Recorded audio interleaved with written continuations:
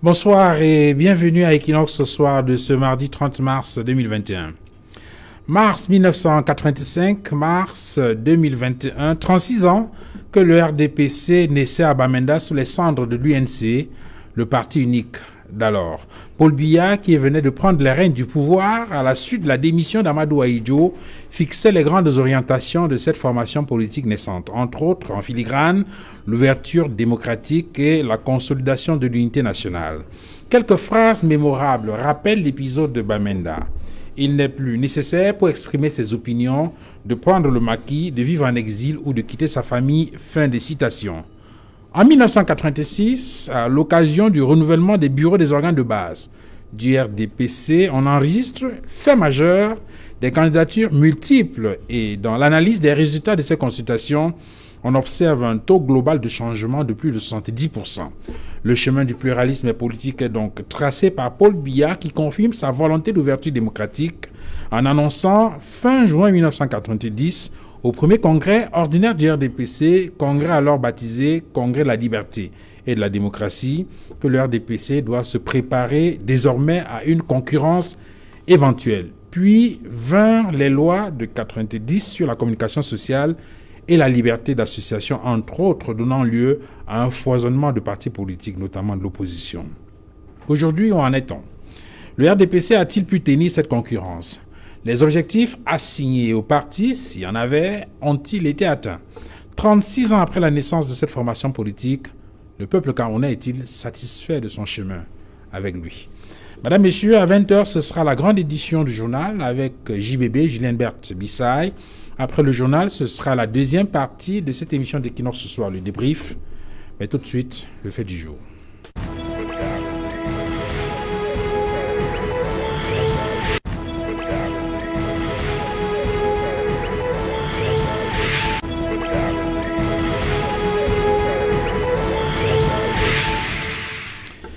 Le RDPC, 36 ans après, son chemin avec le Cameroun. Pour décrypter cette problématique, nous avons convié sur ce plateau Fotin Zojou. Bonsoir. Bonsoir Duval, bonsoir à mes co-panélistes, bonsoir à tous les prisonniers politiques incarcérés dans les prisons de Douala, de Yaoundé, d'Info, de Baossam, de Yoko, de Nkonsamba, et un bon courage au trésorier national du MRC, M. Alain Fouguet, ainsi qu'au conseiller spécial du président Maurice Kamto en charge du panafricanisme, j'ai nommé Olivier Bibou Nissak, et un bonsoir particulier aux prisonniers politiques de la prison centrale de Douala qui ont vu leur mandat de dépôt renouvelé hier alors qu'ils sont déjà à 6 mois d'incarcération pour des faits qui sont condamnables seulement pour 6 mois de prison dans la loi camerounaise. Fotin Zojou, vous êtes militant du MRC, c'est le mouvement pour la naissance du Cameroun. Raphaël Ndougou, bonsoir. Bonsoir Duval, bonsoir aux copanélistes, bonsoir à l'équipe technique qui vous accompagne. Je voudrais dire un bonsoir donc au président national du RDPC, à son secrétaire général, M. Jean Kouete, et puis au secrétaire général adjoint, M. Grégoire Roland. Merci Raphaël d'être venu. Vous êtes militant du RDPC, le parti au pouvoir au Cameroun. Amarodov Diallo, bonsoir. Bonsoir Duval, je salue chaleureusement toute l'équipe technique mais également tous les téléspectateurs d'Equinox Soir. C'est un plaisir pour moi d'être là ce soir. Vous êtes journaliste. Effectivement. Georges Sémé, bonsoir. Bonsoir à vous Duval, je salue sérieusement mes copanélistes et bien évidemment je vais saluer l'équipe technique de l'autre côté mais aussi les nombreux téléspectateurs d'Equinox Télévision. Merci Georges Sémé d'être venu, vous êtes journaliste. Je commence avec Raphaël Ndougou, puisque c'est votre parti qui a l'honneur ce soir dans cette émission d'Equinox ce soir. Raphaël Ndougou, en mars 1985, un congrès se tient à Bamenda, c'est le congrès de l'UNC, et c'est un congrès qui s'ouvre avec le nom de l'UNC et qui va se clôturer avec le RDPC, puisque c'est cette formation politique de RDPC va tout porter sur les fonds baptismaux à l'occasion de ce congrès. Un congrès qui intervient 3 ans seulement après la prise du pouvoir par Paul Biya, président successeur constitutionnel d'Amadou Ahidjo, qui venait de rendre son tablier en novembre 1982. La première question pour ouvrir ce débat, parce qu'il s'agit de voir si le RDPC a tenu la route si on évalue à partir des objectifs qui étaient fixés en mars 85, il faut d'abord qu'on jette un regard sur ces objectifs-là. En mars 85, lorsque le RDPC naît, quels sont les objectifs qui lui sont assignés? Première chose, vous avez si bien fait, hein, vous avez rappelé que c'était le congrès de l'UNC et que, au sortir de ce congrès, le RDPC est né. Faut-il également rappeler que c'était dans le contexte où le président de la République actuelle avait échappé à deux tentatives de coup d'État. Et celle la plus connue, c'était celle du 6 avril 1984. Et donc, avec tout ce qui a tourné autour, il fallait bien remettre les pendules à l'heure. Et justement, le changement de dénomination, l'UNC devient le RDPC, est donné à partir de là. Pour la simple raison qu'il fallait, parce que vous savez que le président national de l'UNC à l'époque était tout puissant, il fallait donc trouver un moyen pour véritablement écarter cela. C'est pour cette raison que aujourd'hui ce congrès, le RDPC est né. Maintenant, le RDPC est né avec... Donc en réalité, le RDPC est une machine qui est mise en place par Paul Biya pour échapper à l'UNC qui ne contrôlait pas complètement. Puisque l'UNC, le président, alors, le président Amadou Ahidjo, le parti était à un moment donné au-dessus, même de l'État. Il fallait qu'on essaie de résoudre ça, puisque bien qu'il était un peu président du Cameroun, il continuait à tenir l'accord, comme on dit au quartier, la chèvre avançant, mais il tenait l'accord. Il fallait donc trouver, bien évidemment, puisque les mêmes membres de l'UNC ont juste traversé pour... c'était juste un changement de nomination. Les textes de l'UNC disaient que c'est le parti qui définissait la politique et que le président était comme juste quelqu'un qui exécutait cette politique. Voilà, donc il fallait donc trouver ce mécanisme-là. Maintenant, vous avez posé la question, est-ce que les objectifs de cette année-là, quels étaient les objectifs? Vous vous souvenez que dans l'ordre du discours du président, il avait placé la création de ce parti-là sous la rigueur et la moralisation. Maintenant, peut-être au cours de l'émission, on va voir si véritablement la rigueur et la moralisation avaient été justement respectées. Est-ce qu'il n'y a pas un anachronisme, Raphaël Ndougou? Parce que je crois que les mots rigueur et moralisation apparaissent dans le discours du président de la République le 6 novembre 1982 à l'occasion de son discours de politique générale lorsqu'il est prêt de serment comme président de la République du Cameroun. C'est bien cela, l'homme n'a pas changé malgré cette tentative que j'ai fait allusion tout à l'heure, c'est lui qui c'est la continuité. Okay. En venant changer la dénomination du parti, la continuité est là.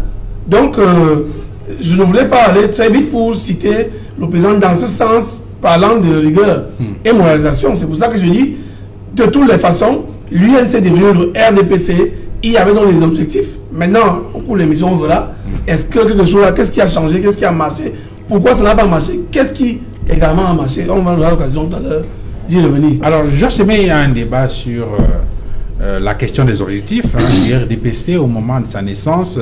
Certains estiment que le parti, en réalité, n'avait pas à proprement parler d'objectifs, puisque le congrès a été convoqué parce qu'il fallait tout simplement se débarrasser de l'UNC qui était fortement tenu par l'ancien président Amadou Ahidjo. D'ailleurs, Raphaël Ndougou a indiqué tout à l'heure qu'il y a eu en avril 1984 une tentative de coup d'État et beaucoup ont estimé qu'il fallait définitivement se débarrasser de l'UNC et c'est la raison pour laquelle ce congrès a été convoqué et qui a abouti à la naissance du RDPC. Est-ce que fondamentalement, il y a des objectifs qui sont assignés au RDPC au congrès de Bamenda en 1985? Alors, vous allez constater que le représentant du RDPC sur ce plateau n'a pas pu répondre à votre première question, à savoir quels sont les objectifs majeurs qui avaient été assignés au RDPC au moment de sa naissance. Donc, moi, je partage tout à fait le point de vue de ceux qui pensent que ce parti, à sa naissance, n'avait pas des objectifs à proprement parler. Il y avait des slogans. Et le représentant l'a évoqué ici tout à l'heure, parlant de rigueur, de moralisation, mais il faut y ajouter le renouveau également pour contextualiser véritablement la vision de ce parti à ce moment.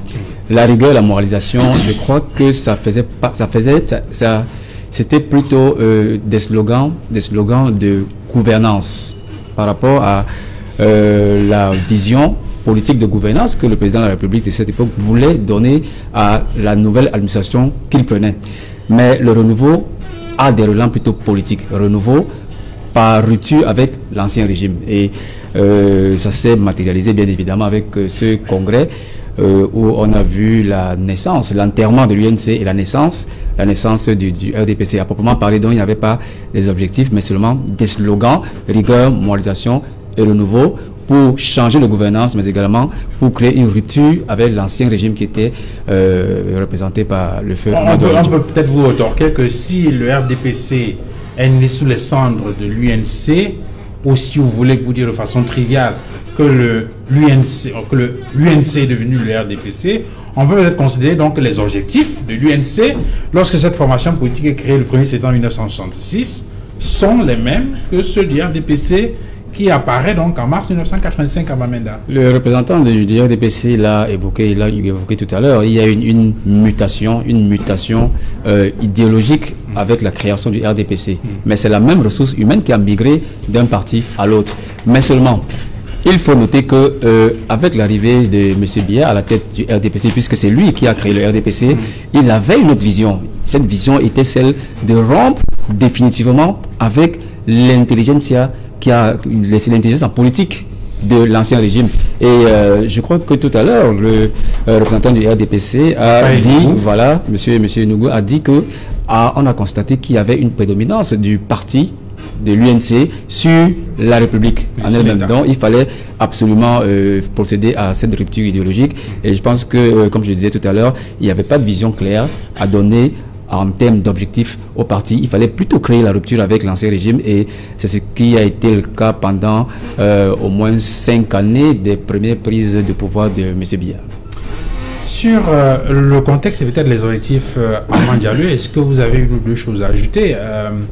Tout à l'heure, Georges insistait sur le fait qu'en réalité, les ressources humaines de l'UNC ont été tout simplement reversées au RDPC, en tout cas pour l'essentiel, puisqu'il faut rappeler, cas emblématique, que François Sengako, qui est le secrétaire politique de l'UNC, devient, après Bamenda en mars 1985, le premier secrétaire comment on l'appelle, du comité central du RDPC, si on peut dire ainsi. Oui, mais il y a quand même aussi des changements au niveau de la terminologie, parce qu'on est quitté de l'Union nationale camerounaise à Rassemblement démocratique du peuple camerounais, même si on est resté dans le contexte du parti unique.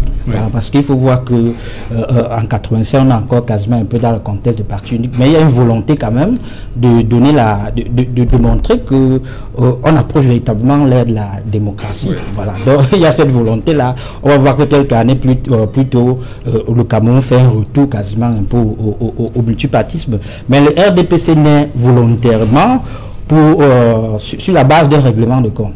Parce que le représentant du Rassemblement démocratique du peuple camerounais, enfin, Ndungu l'a rappelé tout à l'heure, vous voyez que le président de la République a échappé, le coup d'État le plus connu, c'est le coup d'État 85, voilà, d'avril 85.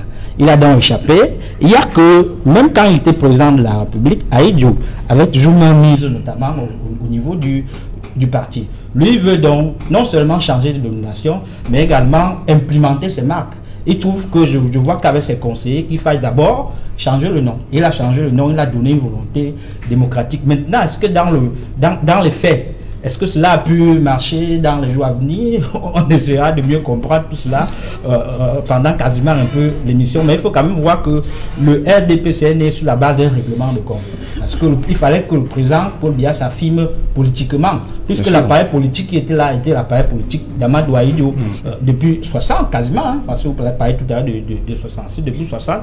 Oui, 60, puisque la formation politique d'Aïdjo, c'est l'Union camerounaise. Voilà. Et dans le cadre de l'unification, du processus d'unification qu'il va obtenir en 1972, il procède à l'unification des formations politiques qui deviennent donc l'UNC le 1er septembre 1966. Donc effectivement, toute la difficulté que Raphaël Nougou a expliqué, c'est que le projet n'a pas été pensé véritablement. La seule chose qui avait été ajoutée, c'était démocratique. Donc, est-ce que c'était le hasard? Le projet n'avait pas été travaillé. On va se rendre compte que le RDP ce sera quasiment la continuité du parti unique. Le président, je crois, sera réélu quelques années plus tard, voilà, véritablement. Votre réaction après ce premier tour de table sur les conditions de naissance du RDPC? La tradition nous enseigne qu'un enfant qui succède à son père et brûle la tombe sera frappé de malédiction.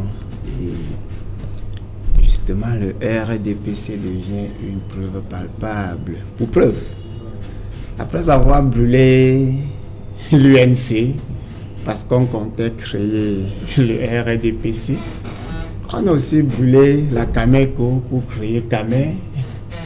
On a brûlé Sonel pour créer Néo. Bref, on a brûlé la régie FECAM. On a brûlé la BIAO. On a brûlé tout, pensant pouvoir... Voilà, vous parlez des entreprises qui ont été punir privatisées l'histoire, mais dans le sillage... Je vous dis parce que même l'UNC a été d'une manière ou d'une autre mutée, donc privatisé, puisque le nom a changé, mais le siège n'a pas changé. Sauf que ce qu'ils ont fait, c'est que à l'ouverture de la démocratie, les maisons du peuple qui étaient conçues avec l'argent de l'État sont devenues de facto les maisons du parti. RDPC, donc c'est une autre escroquerie. UNC d'abord. Ça dit que oui, UNC d'abord, oui, financé à cette époque par l'argent du contribuable, puisque c'était le parti unique. Et une fois à l'ouverture de la démocratie, ces maisons devaient servir tous les autres partis politiques, puisque c'était l'argent des Camerounais et non des maisons construites sur fonds propres de l'UNC. Alors, qu'est-ce que je dis? C'est que le parti a été créé pour faire une rupture avec le passé, sauf qu'ils ont cru qu'en faisant la rupture avec le passé, ils pouvaient sauver les biens que le passé leur avait apportés. Ce que je reviens donc pour dire, après avoir fait une rupture avec le passé, ils ont également fait une rupture avec le bonheur que le passé avait laissé. Ils ont fait une rupture avec le bien-être. Ils ont fait une rupture avec la paix. Ils ont fait donc une rupture avec tout.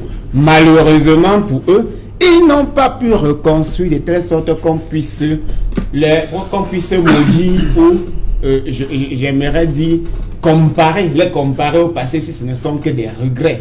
À la base, le parti est créé pour faire une rupture avec le passé. On crée à la hâte.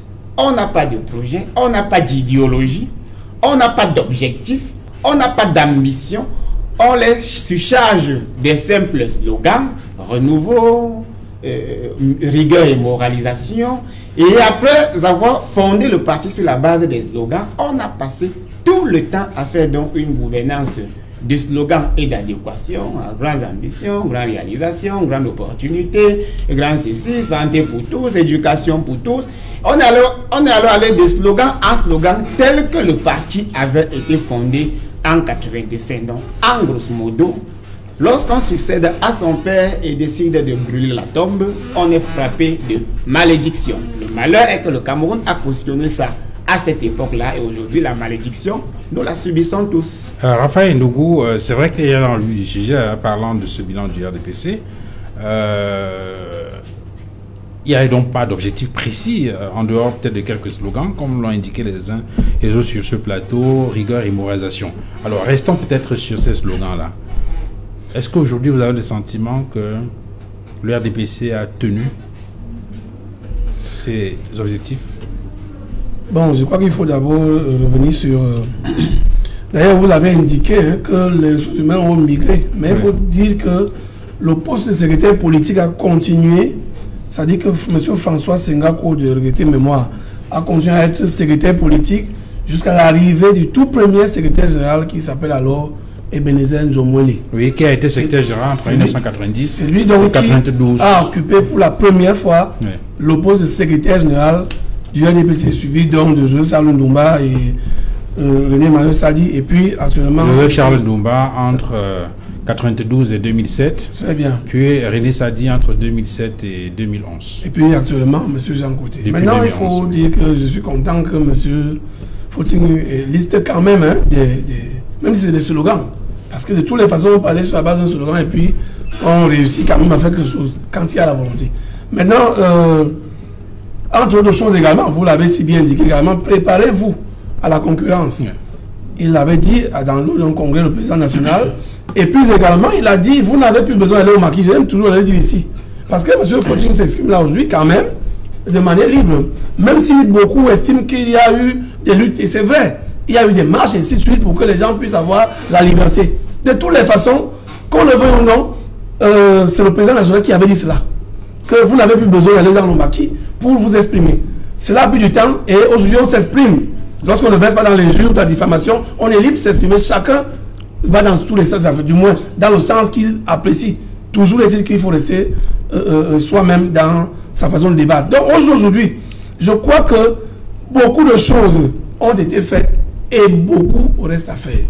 Parce qu'en réalité, si on commence à voir comment est-ce que les responsables en charge de faire fonctionner un parti politique, j'ai parlé tout à l'heure du secrétariat politique, mais aussi des secrétaires généraux qui sont passés par là, puisque c'est le secrétariat général qui doit activer le parti. Et puis à un moment donné, même si on a changé la vision de l'UNC autrefois, on a tendance aujourd'hui à penser que le fonctionnement du parti RDPC est collé. Vous avez suivi tout à l'heure, M. Fotine parlait des sociétés qui ont été fermées. Tout de suite, quand on veut faire le bilan du RDPC, on a envie de faire le bilan de la gestion de l'État. Bon, peut-être. Donc, en fait, vous estimez qu'on ne doit pas confondre. Il faut d'abord voir le fonctionnement du parti. Oui. Au sein du parti, comment ça fonctionne. Maintenant, si on veut coller ça de toutes les façons, on est obligé de rentrer. Donc, de faire souvent ce débat le 6 novembre. Oui. Donc, pour vous, il faut dissocier le bilan du parti au bilan de la gestion de l'État.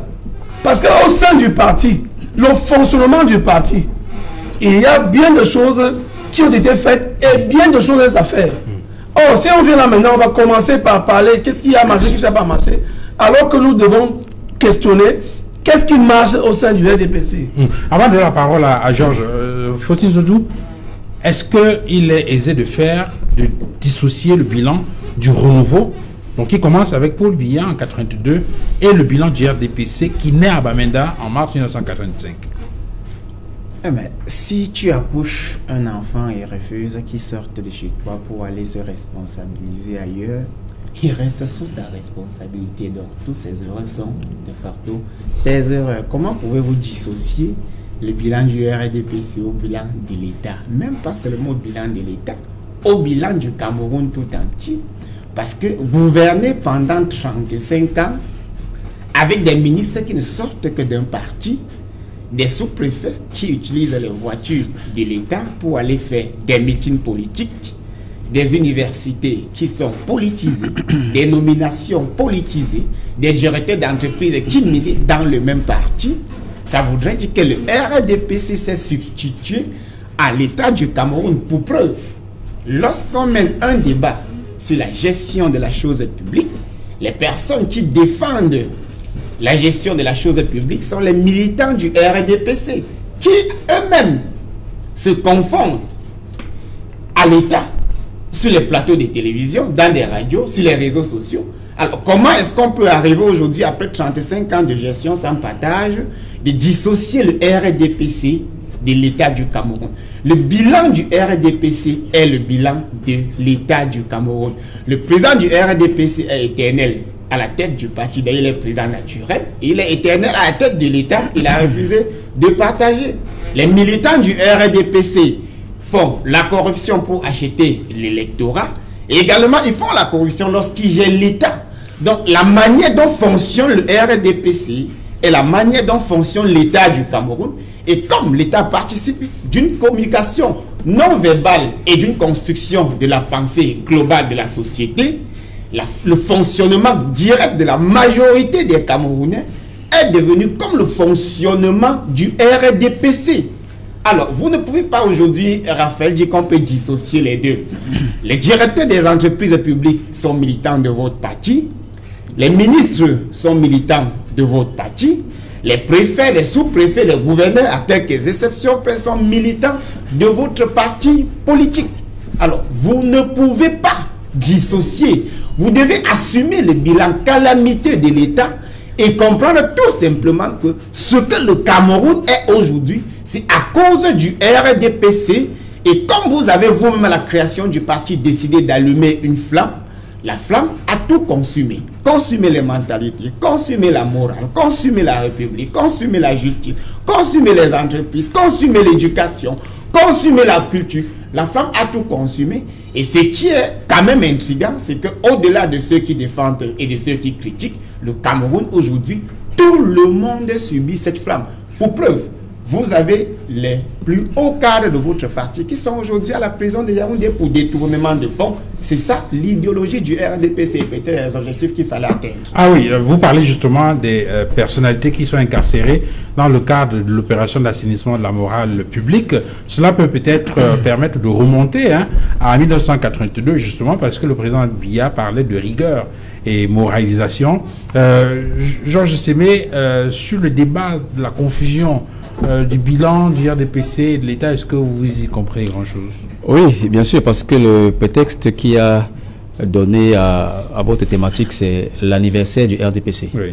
L'anniversaire du RDPC qui est le parti au pouvoir. Donc, en réalité, on devrait, quelle que soit la pertinence de vos arguments, Monsieur Fauting, on devrait dissocier le parti avec son bilan interne depuis sa création et le parti qui est au pouvoir en interne. Et je crois que M. Raphaël Ndougou pourra nous en dire davantage. Je crois quand même qu'il y a de l'eau qui a coulé sous des ponts au RDPC, bien que le président de ce parti soit toujours le même, mais il y a quand même eu quelques innovations en termes de dosage, de jeunes, de genre, etc., etc. Il y a eu une nette évolution. Mais et là, c'est à ce niveau que je suis parfaitement d'accord avec vous. C'est le RDPC qui dirige ce pays et malheureusement, il est comptable. Il est comptable de la gestion du Cameroun aujourd'hui. Et là, maintenant, on pourrait faire un bilan du RDPC en tant que parti au pouvoir. Mais il est important de dissocier le RDPC dans son fonctionnement interne et le RDPC en tant que parti dirigeant aujourd'hui au Cameroun. Sur la question, tout à l'heure, à l'introduction de l'émission, je rappelais cette phrase du président de la République à Bamenda en mars 1985. Nul n'a plus besoin de prendre le maquis pour exprimer ses opinions. Cela a sonné comme un signal pour une ouverture démocratique, pour la liberté d'expression, la possibilité pour les uns et les autres de pouvoir s'exprimer. Et effectivement, on a eu le sentiment que le président Biya était convaincu de ce qu'il disait. On indiquait qu'en 1996, à l'occasion de l'opération de renouvellement des bureaux des organes de base du RDPC, il y avait déjà des candidatures multiples et cela s'est concrétisé en 1990 lorsqu'il a demandé à ses militants du RDPC de se préparer à une éventuelle concurrence. Est-ce qu'aujourd'hui, en regardant le chemin parcouru, si on fixe le curseur à Bamenda 85 et notamment sur cette question d'ouverture démocratique, est-ce qu'aujourd'hui on peut être satisfait? Est-ce que les objectifs ont été atteints?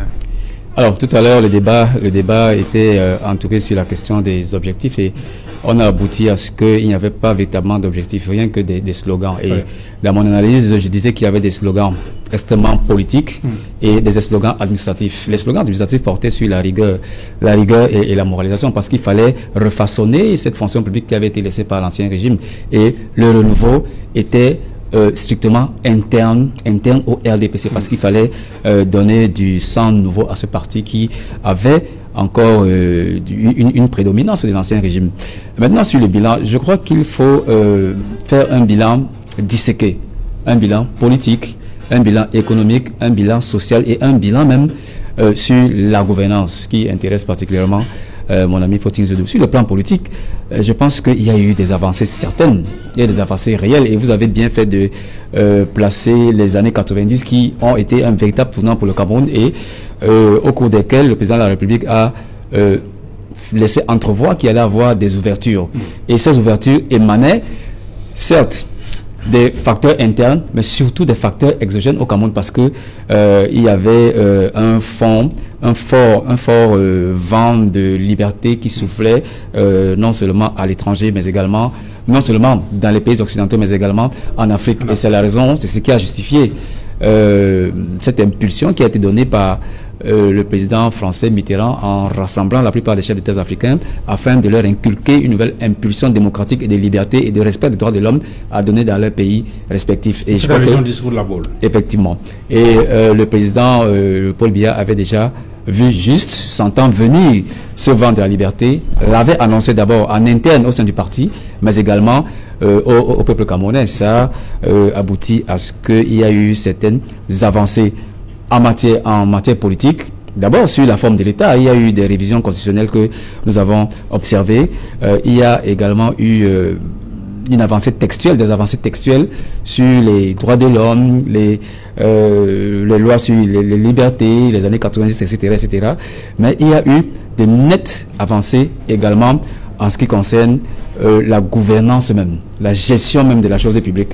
Le Cameroun des années 85 et 90 n'est plus le même que celui de 2021. Il y a eu des avancées, même si, comme le disait tout à l'heure le monsieur Ndougou, il y a beaucoup de choses à refaire. Mais je crois que si on veut faire un bilan du parti qui dirige le Cameroun, on devrait le disséquer en bilan politique, en bilan économique, en bilan social également, en bilan de gouvernance.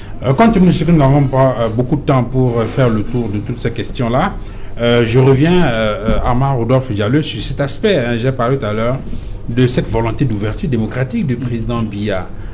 Il indique au congrès de Bamenda, et puis au sein du parti même, on voit que les choses bougent. Est-ce que cette lancée-là, on l'a poursuivie? Est-ce qu'aujourd'hui, on peut se satisfaire de cette trajectoire du RDPC? Mais bien avant de répondre à ces questions, je voulais quand même dire qu'il est difficile aujourd'hui au Cameroun de dissocier le Rassemblement démocratique du peuple camerounais et l'État du Cameroun, parce que le RDP, c'est la continuité de l'UNC. Et nous sommes au moment du parti unique, où le président du parti est par exemple le président de la République.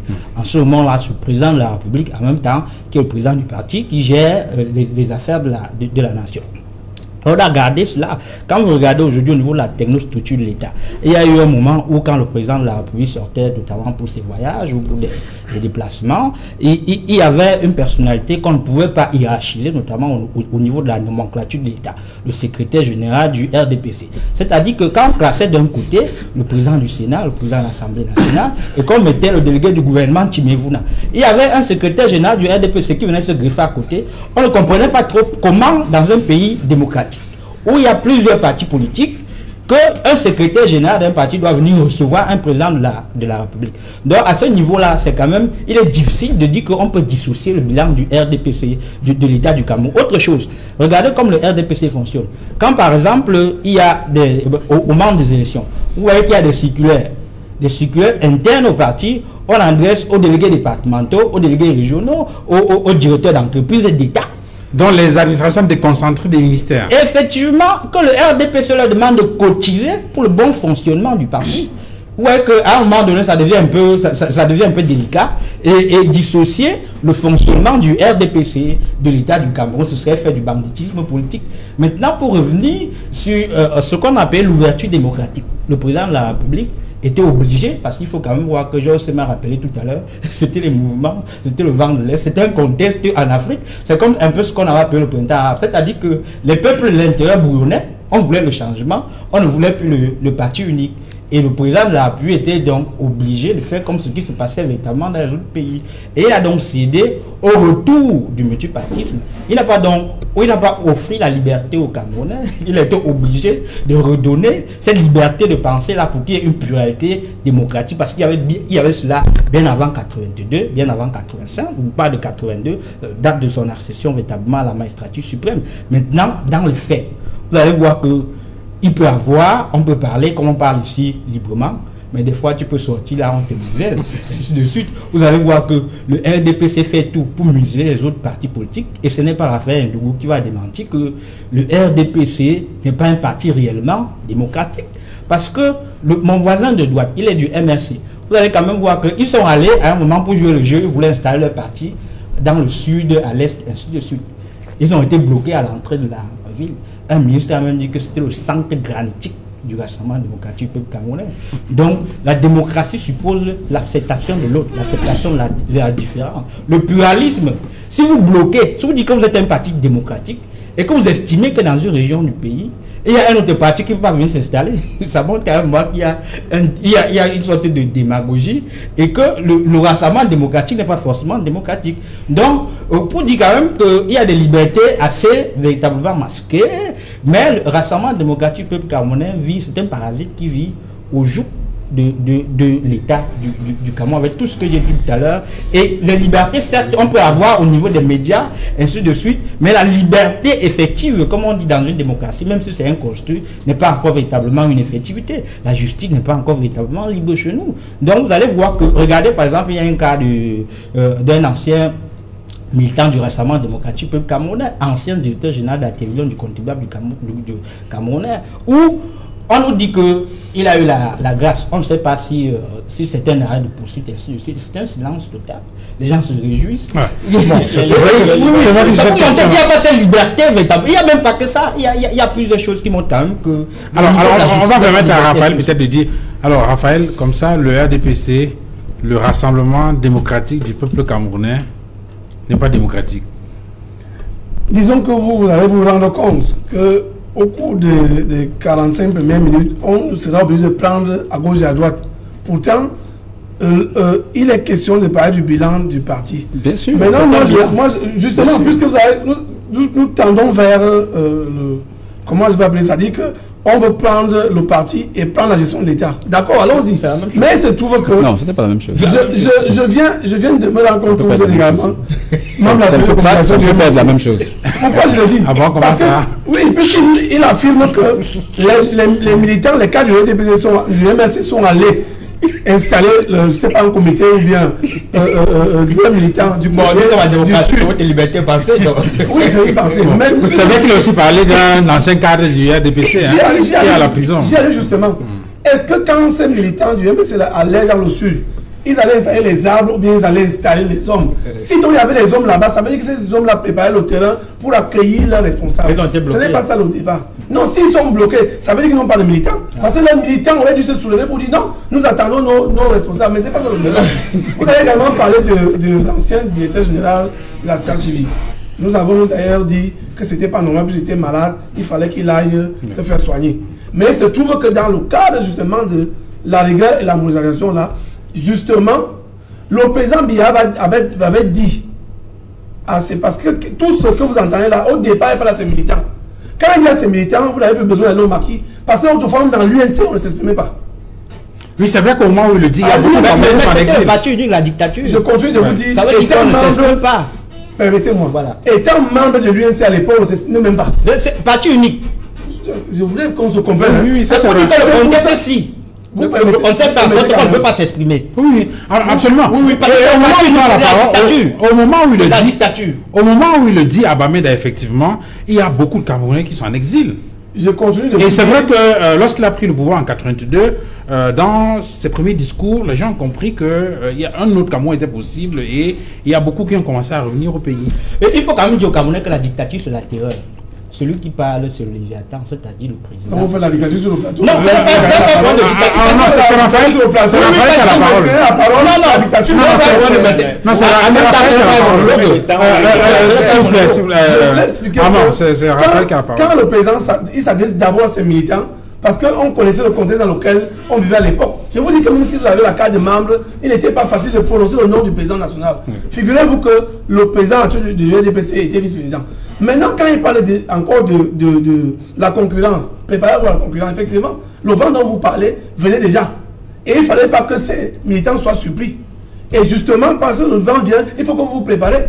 Dieu sait que certains même membres du RDPC étaient même contre l'arrivée de la démocratie chez nous. Il y a des marches, il y a des contre-marches. Justement, parce que peut-être n'était même pas suffisamment préparé pour cela. Maintenant, si vous voulez qu'on mélange justement de la gestion de l'État, effectivement, vous voyez là que le président, il y a qui parle de la modernisation de la rigueur, arrête ses propres membres, les envoie en prison lorsqu'ils sont reconnus coupables de détournement. Donc vous comprenez que de manière globale, je vous ai dit en un mot, que beaucoup de choses se sont passées, mais beaucoup reste à faire. C'est pour ça que moi je reste un peu, quand vous me voyez un peu réticent, parce qu'en réalité, j'aurais bien voulu qu'on parle de la gestion. Tout comme on peut parler de la gestion de l'UPC, comme on peut parler de la gestion du MSC, etc. Parce qu'en réalité, en interne là, il y a plein de choses qui marchent et d'autres qui ne marchent pas. Oui, mais en réalité, ce qui nous intéresse, Georges, je vais juste rappeler à Raphaël, hein, on a bien dit le RDPC 36 ans après, le chemin avec le Cameroun. Donc, la gestion de l'État dans l'intérêt du peuple camerounais. Non, juste deux mots. Ce thème est extrêmement important, il est pertinent, mais il nous perd un peu. Il nous perd un peu parce que je pense quand même que le RDPC en tant que parti politique devrait avoir un bilan interne. Et sur la question, malheureusement, M. Ndougou ne nous a pas donné beaucoup d'arguments là-dessus. Malheureusement, il n'y a pas beaucoup d'arguments là-dessus. Et maintenant, RDPC en tant que parti gouvernant, devrait être également dissocié de ce qu'il est un simple parti pour avoir plus de clarté dans l'analyse. Je crois qu'il faut absolument dissocier le RDPC en tant que parti politique. Et là, je crois que M. Ndougou va prendre peut-être toute la moitié de la parole. Et le RDPC en tant que parti gouvernant qui est comptable de la gouvernance aujourd'hui de notre pays. Mais il est absolument important pour édifier nos téléspectateurs de faire la part des choses entre ces deux aspects. Et vous l'avez fait, puisque dans le bilan que vous avez esquissé tout à l'heure, on voit très bien que c'est le bilan au profit du peuple camerounais. Dont le RDPC en tant que parti gouvernant. Effectivement. Alors, Fosine Zodou, vous avez commencé à donner quelques éléments tout à l'heure sur ce que vous considérez comme le bilan du RDPC en tant que parti gouvernant.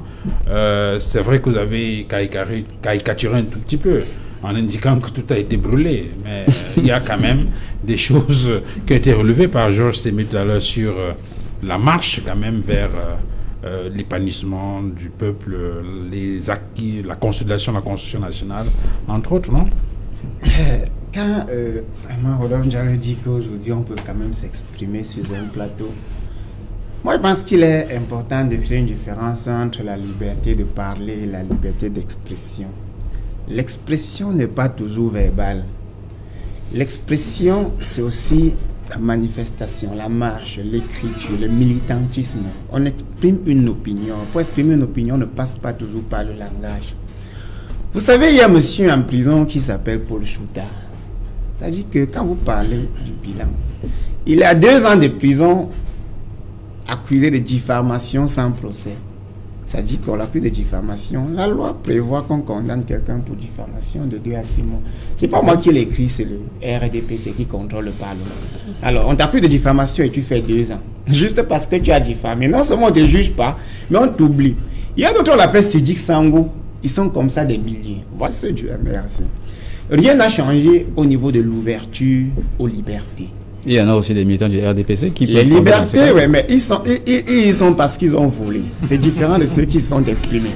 Nous parlons ici de l'ouverture aux libertés. Les libertés fondamentales, la liberté d'expression, de manifester, la liberté politique.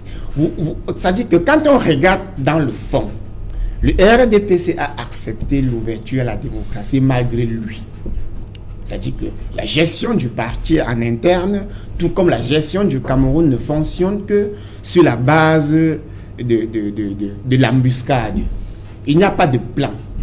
La justice, les lois qu'on crée ne sont que des loisirs. On ne les applique pas. La justice se fait sur la base des humains, des intentions, des clans, pour preuve. Il y a ceux comme Yves Michel Foto qui peuvent bénéficier d'une évacuation sanitaire. On ne sait pas si c'est une évacuation sanitaire ou c'est une libération. Ou c'est une grâce. Il y a ceux comme Endosé et qui peuvent souffrir jusqu'à mourir et qu'on annonce la rumeur de sa libération. C'est comme ça que ça fonctionne. Rien n'est structuré, tout comme le parti à la base. Vous voyez? Il y a les partis politiques de l'opposition qui sont allés dans les compétitions, mais qui arrivent au Parlement. Les textes du Parlement, ça dit que là où on vote la loi, on ne respecte pas les textes de loi interne. Le SDF a tenté par plusieurs moyens de porter la crise anglophone en débat à l'Assemblée nationale. Il n'a pas obtenu. Pourtant, la majorité des députés venaient de ces régions. Qu'est-ce que la loi du Parlement dit? Là où on vote les lois, on viole les lois. C'est comme ça que ça fonctionne. Alors, quand on dit qu'il y a eu des améliorations, il n'y a pas eu d'amélioration. Même les améliorations ont été faites malgré. On dit qu'à la création du RDPC, on disait aux gens, on nous annonçait, ou du moins le président déclarait, vous n'avez plus besoin de prendre le maquis. À l'époque, il y avait des gens qui étaient en exil. Est-ce qu'aujourd'hui, il n'y a pas de Camerounais en exil? Vous pensez qu'il n'y a pas de Camerounais en exil? Vous connaissez un certain Sioué qu'on a arrêté à l'aéroport parce qu'il avait un livre de Maurice Kamto, Urgence de la pensée. Vous pensez qu'il peut revenir au Cameroun? Alors, quand les gens l'ont vu à l'aéroport, on l'accuse d'appartenir à une certaine brigade anti-Sardina. Juste avec le livre en main, on l'arrête. Donc, il n'y a pas eu d'avancée. Ce qu'il y a eu, c'est qu'on est retourné au parti unique en créant des petits copains. Et ceux qui tentent de refuser le copinage sont muselés, traqués, envoyés en exil. oubliés en prison. Ils sont nombreux. Voilà quelqu'un, je prends un cas simple pour dire qu'il n'y a pas eu d'avancée. Olivier Boubou Nissa. On l'arrête dans sa maison en présence de sa femme et de ses enfants et on l'accuse d'attroupement, de rébellion, de manifestation dans sa propre maison. Pourtant, il n'a pas sorti. La marche pour laquelle on soupçonne même qu'il a marché n'a même pas encore eu lieu. Alain Fouguet, on l'arrête parce qu'on l'appelle à minuit de venir intervenir parce qu'il y a une situation. Il demande aux policiers qu'est-ce qui se passe. On l'arrête et on l'envoie en prison. On l'oublie. On peut prendre comme ça des cas. Donc, qu'est-ce qui s'est passé au Cameroun pour conclure? Depuis la création du RDPC, le pays n'a que faire régresser.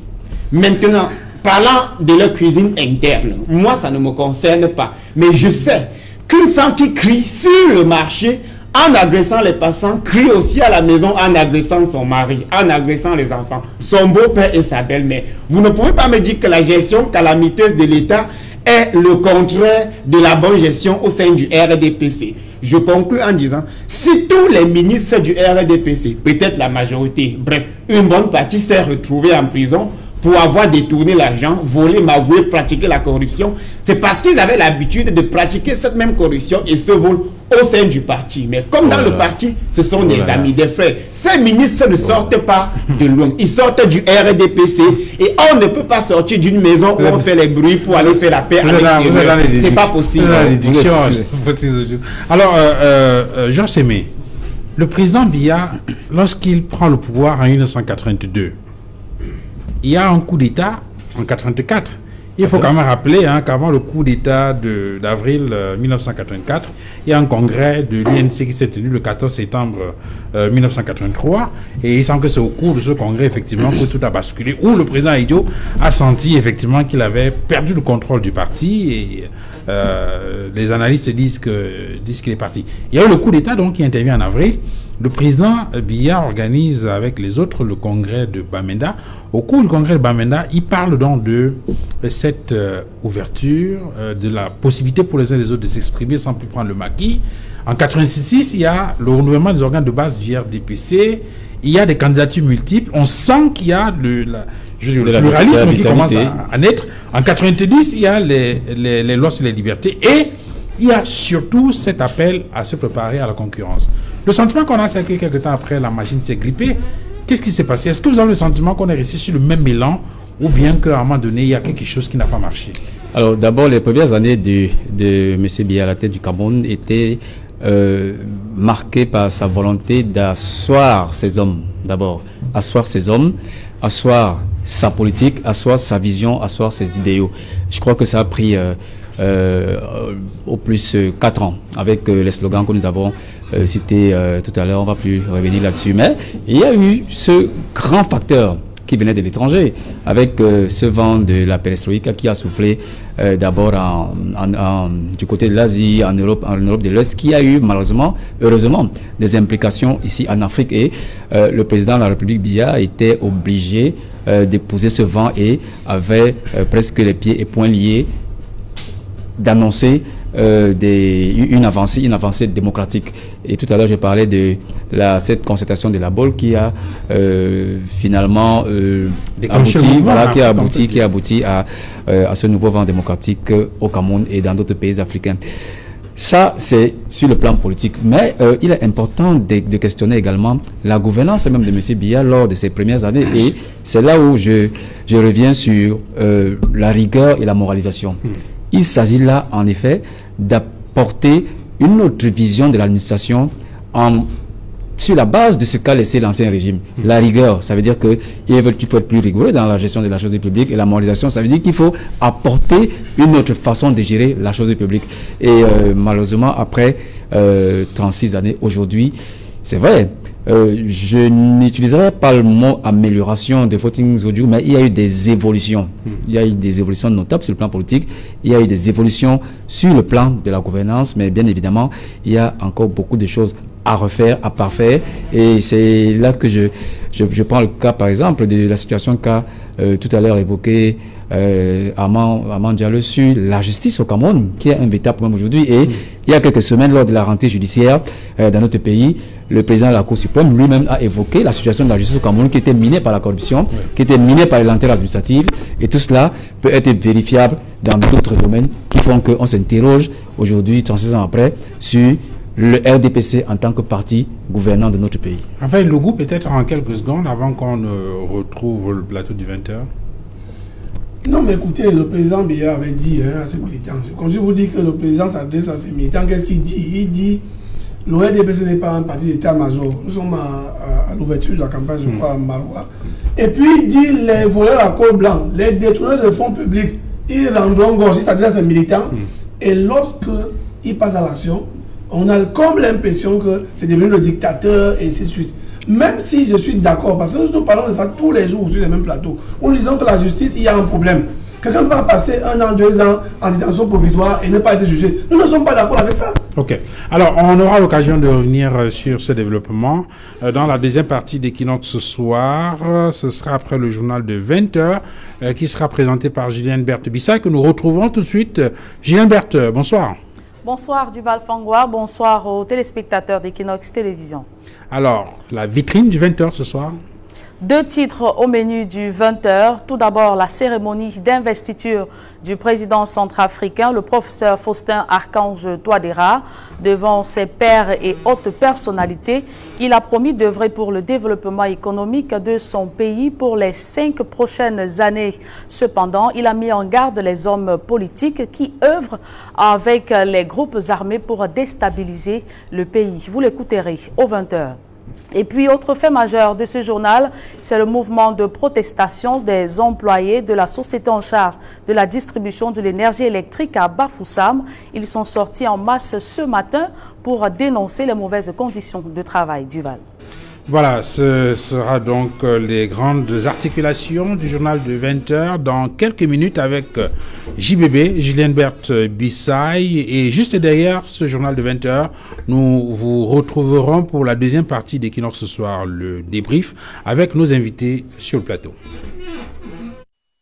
If you suspect you may have a coronavirus infection, please call your healthcare provider in advance